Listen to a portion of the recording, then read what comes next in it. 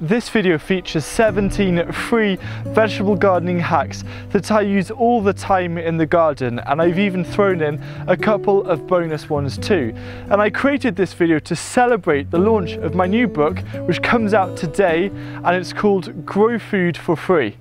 Imagine being able to grow an abundance of food using only sustainable techniques and be able to enjoy homegrown produce every day of the year at zero cost. Grow Food for Free is packed with everything you need to know to grow food without needing any money, and it's suitable for both beginners and experienced gardeners. So get your copy of Grow Food for Free today using the link provided down below so you can unlock a future of free food. Now on to the hacks. Ice cream tubs, yogurt pots and cream pots make the most amazing free plant labels. Carefully cut pots into strips around 1.5 to 2 centimeters wide, and then use a pen to write on the blank side. These plant labels can last for many seasons, and it is so easy to collect yogurt pots from neighbours and family. Use permanent marker for them to be waterproof and suitable to be used not just indoors but also outdoors. One of the coolest ways to grow potatoes is by simply placing them on the surface of a raised bed and then covering thickly with some mulch. This mulch could be something like straw, old hay or autumn leaves. Once the potato plants appear through the mulch, cover them again with more mulch and then let them grow until the plants are ready to harvest, which is around a couple of weeks after flowering, and simply pull away the mulch and pick out the potatoes. You can also try this method just using wood chip as a mulch. Brambles or any other thorny cane offer an excellent instant fence effect to help protect your seedlings from slugs. Cut the canes into 30 centimeter long sections and lay them like a fence around your prized seedlings.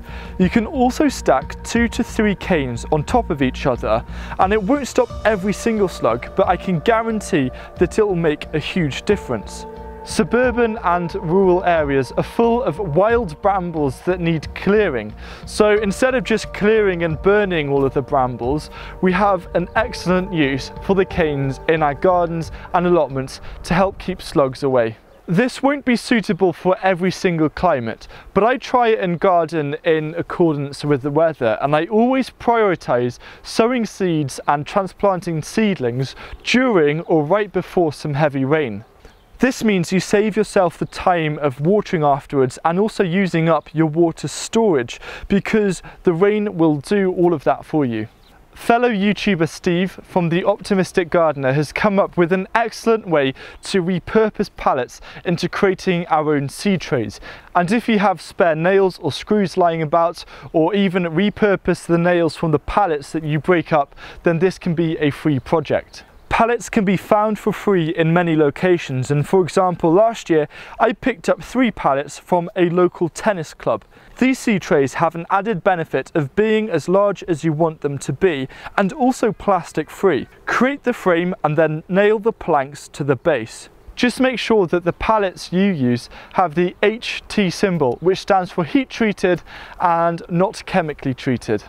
If you're struggling to create straight seed trenches in the garden, then look no further. Cut a piece of bamboo just under the width of your raised beds and lay it over the surface. Then press firmly down to a desired depth, lift, and you now have a perfectly straight seed trench. This amazing technique can also be done using an old broom handle or a long piece of wood. Another way for creating a perfectly straight line, which you can use for creating a seed trench or even for transplanting seedlings, is to find 2 sticks and a bit of string. Tie one end of the string near the top of one of the sticks and plant this stick on a side of your widest raised bed, and then roll the string out to the other side and cut it, leaving a bit of overhang. Now tie this end of the string to the second stick and then twirl it to the desired length.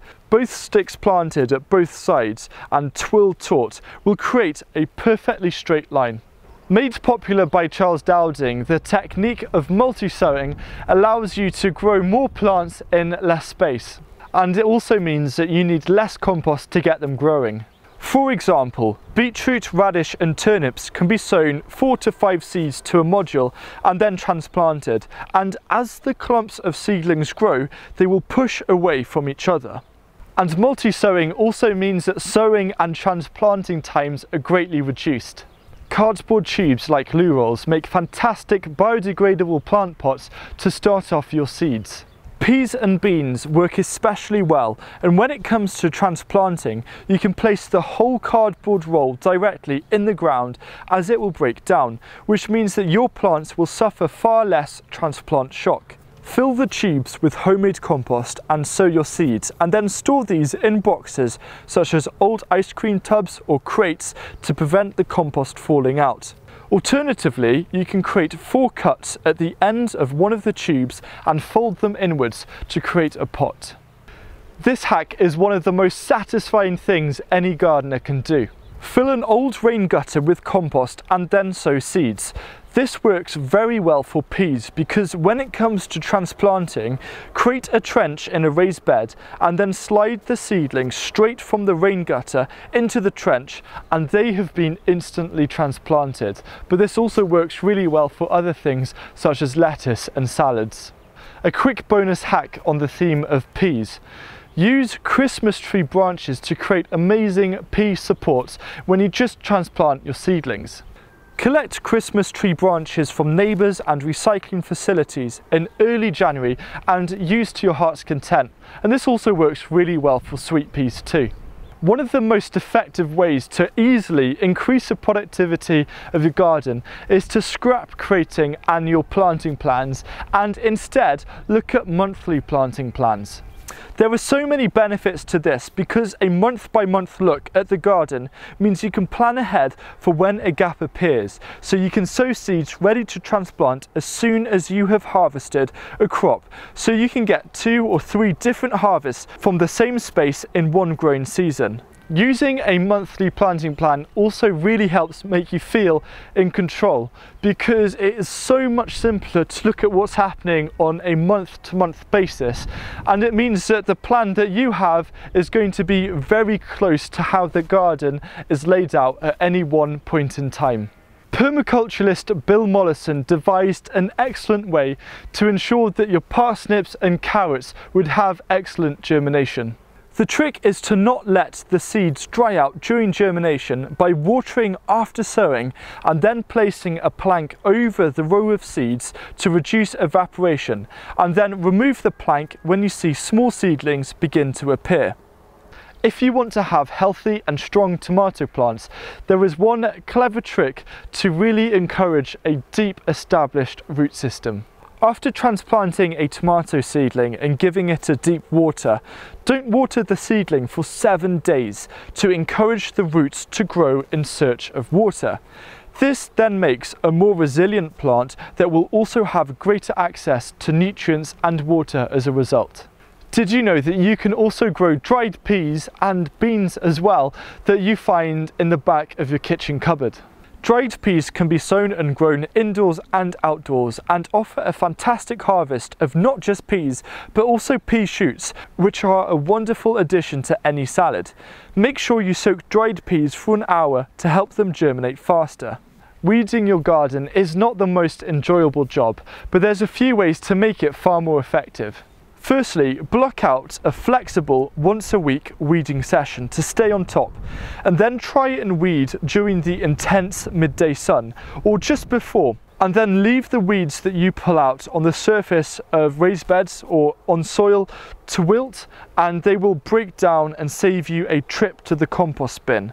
A bonus tip is to use wood chip that can be sourced for free from local arborists as a material that you can lay down and use as pathways around your growing area. After a year or two, the wood chip will have broken down nicely, so you can simply scoop the composted wood chip up and mulch your containers and beds with it, and then replenish the paths with new wood chip. This is an excellent example of multifunctional gardening, and if you want to find out more about this technique, then look in the video description. A mind hack that works so well when you're feeling a little bit swamped with gardening tasks is to just focus on one thing at a time. Simply choose one task that is higher up on the priority list and start working on it, and don't move on to anything else until you have finished that specific task.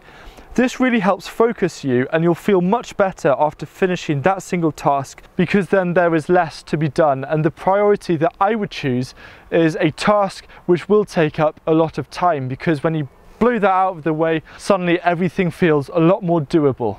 If you're not so keen on that, a different mind hack that you can do is prioritize all of the tasks in the garden that will take 5 minutes or less, and do these before you then do anything else. By doing this, it means you can tick off and complete the easy jobs first, one step at a time. For example, pruning a blackcurrant. And getting all of these quick wins will help trick you into feeling very productive. Next time you're in the garden, why not head up with a notebook and make a list of all of the 5 minutes or less jobs you can think of, and then do them one by one, because I find checklists are so easy and so useful, and it feels great just to tick things off the list. So there you have 17 free vegetable gardening hacks that you can start implementing in your garden right away. And if you found these hacks useful, then you'd love my new book, Grow Food for Free, which is full of loads of different hacks and techniques to really help you grow food without needing to spend any money.